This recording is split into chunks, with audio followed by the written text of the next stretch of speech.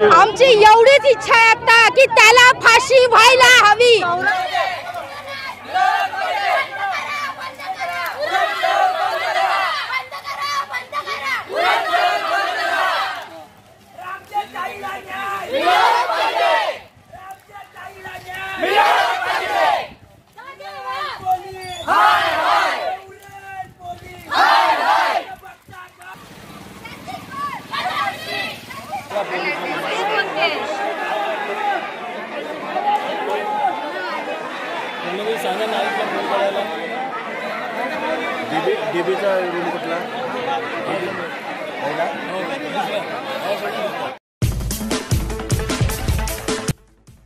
कलंक बोले तो बहुत बड़ा धब्बा है। इसको जैसा उसने किया है ना बच्ची के साथ हमारे गांव की, उसको भी वैसा ही मारना चाहिए। इसको फांसी देके इतनी आसान मौत नहीं देना चाहिए, जैसा इसने किया है वैसा ही उसके साथ। एवढीच इच्छा आहे आता की त्याला फाशी व्हायला हवी। एकमेव उपाय आहे त्याच्यावरती भारताचे कानून असेच वर्षानुवर्ष केस चालणार, भडवा सुटणार एक दिवस। त्याला फाशी म्हणजे फाशी, त्याला मरणोत्तर यात्रा द्या आणि आम्हाला फाशी पाहिजे। आम्हाला फक्त त्याला फाशी व्हायला हवी आहे, बाकी दुसरं आमचं काहीच म्हणणं नाही। समजलं? बसेल ते आम्हाला चालणार नाही, त्याला त्याच्यावर केस झालेली चालणार नाहीये। अरे एवढी निर्घुण हत्या केली आहे एका स्त्रीची, हिंदू मुसलमान वाद गेला तुला। त्याला पहिले शिक्षा हवी आहे फाशीची, फक्त फाशी व्हायला हवी आहे। कुठेतरी सामान्य नागरिकांना टाळाटाळ करतात, काय सांगाल पोलीस? आम्हाला एवढंच म्हणणं आहे की आम्हाला याच्यामध्ये पक्षपात नकोय, आम्हाला फक्त न्याय हवाय। आम्ही त्याच्यासाठी एवढं सगळं तरुण जमलोय, काही करत नाही सरकार, कोणी काही करत नाही। आमच्या हातामध्ये द्या त्याला जनतेच्या ताब्यात देणार नाही, आम्हाला जनतेच्या ताब्यात द्या, आम्ही त्याचा काही न्याय निवाडा करतोय।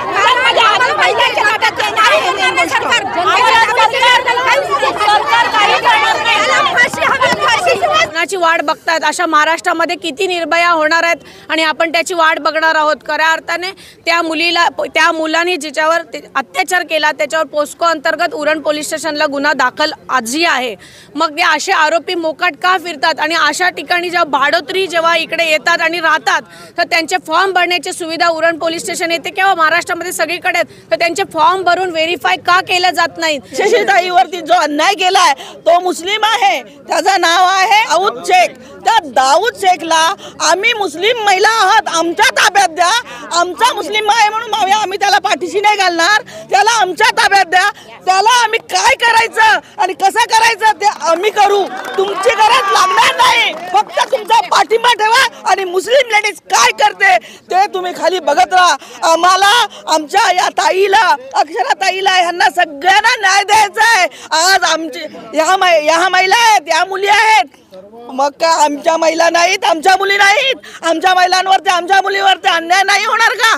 हा अन्याय सगळ्यांवर होऊ शकते, असं न व्हावं म्हणून आम्ही ह्या ह्याच्यामध्ये उतरलेलो आहोत। मॅडम काय सांगाल, जसं की मॅडमने बोललं ज्या मुलीवरती अत्याचार होतो ते घरी पण सांगत नाही, मैत्रिणींना पण सांगत नाही, कुठेतरी मग अशा प्रकाराला सामोरे जावं लागतं, त्या मुलींना काय संदेश द्याल? या मुलींना एवढं संदेश आहे की आपल्या आई वडिलांना आपलं फ्रेंड समजा, सगळ्या गोष्टी आपल्या पालकांना शेअर करा। आणि दुसरी गोष्ट, काही कोणी तुम्हाला जरासही कोणी काही बोललं तर तुमच्या पालकांनाही माहीत पडलं पाहिजे, तुमच्या मैत्रिणींना माहीत पडलं पाहिजे। काय होतंय, हल्लीच्या मुली काही शेअर करत नाही, फक्त आपल्या मैत्रिणींना, मित्रांना शेअर करतात।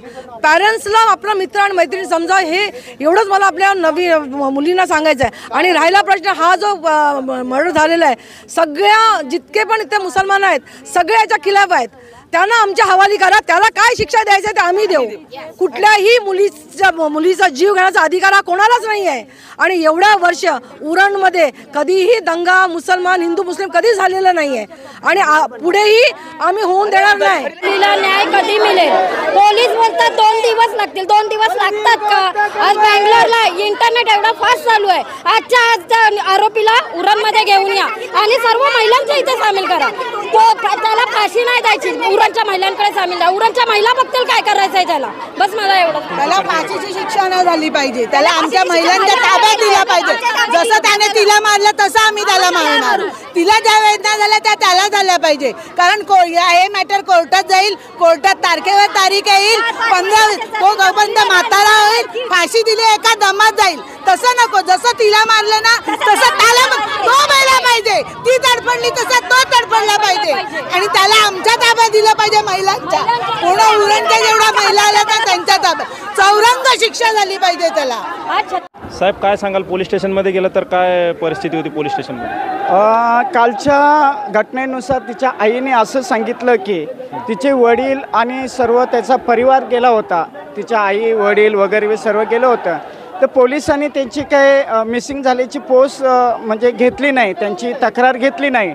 आणि तक्रार घेतली नाही म्हणून पोलिसांनी त्यांना सांगितलं, त्याच्या वडिलांना सांगितलं की तुम्ही ते तिथं त्या ठिकाणी जा आणि तिला शोधून आणा. हे पोलिसांचं काम नाही. डॉक्टर बाबासाहेब आंबेडकरांनी संविधानातून कायदा हा निर्माण केलेला आहे सुव्यवस्थेसाठी, परंतु हा कायदा कुठेतरी पोलीस अधिकारी हा डावलण्याचा प्रयत्न करत आहे. तिची आई काल रडत होते आणि सांगत होती की पोलिसांनी आम्हाला कोणत्याही प्रकारे हेल्प केलेली नाही. दुसरी गोष्ट, कालच एक असा महत्त्वाचा मुद्द्याचा झाला की हनुमान कोळीवाडाच्या पाठीमागे जे काही संडास आहे, मोठं संडास बांधलेलं आहे, त्या संडासच्या बाजूमध्ये मुस्लिम समाजाची ड्रग्सची लोकं पकडली. काल 4 जण पकडले, गांजा पकडले. आज उरण तालुक्यामध्ये हे गांजा विकणारे आणि गांजा पिणाऱ्यांना जर अटक केलं, ही नशाबाज लोकं अटक केली आणि त्यांना कायमचं जर याच्यामध्ये ठेवलं, जेलमध्ये ठेवलं, तर निश्चित प्रकारे हा तरुण पिढी जो चाललेला आहे नशेच्या आहारी, तर निश्चितप्रमाणे आमच्या आया बहिणी हा सुरक्षित राहतील. कारण जी मुलीवर अत्याचार झाला ती माझीच मुलगी असे समजून मी आज ही या ठिकाणी स्टेटमेंट देत आहे.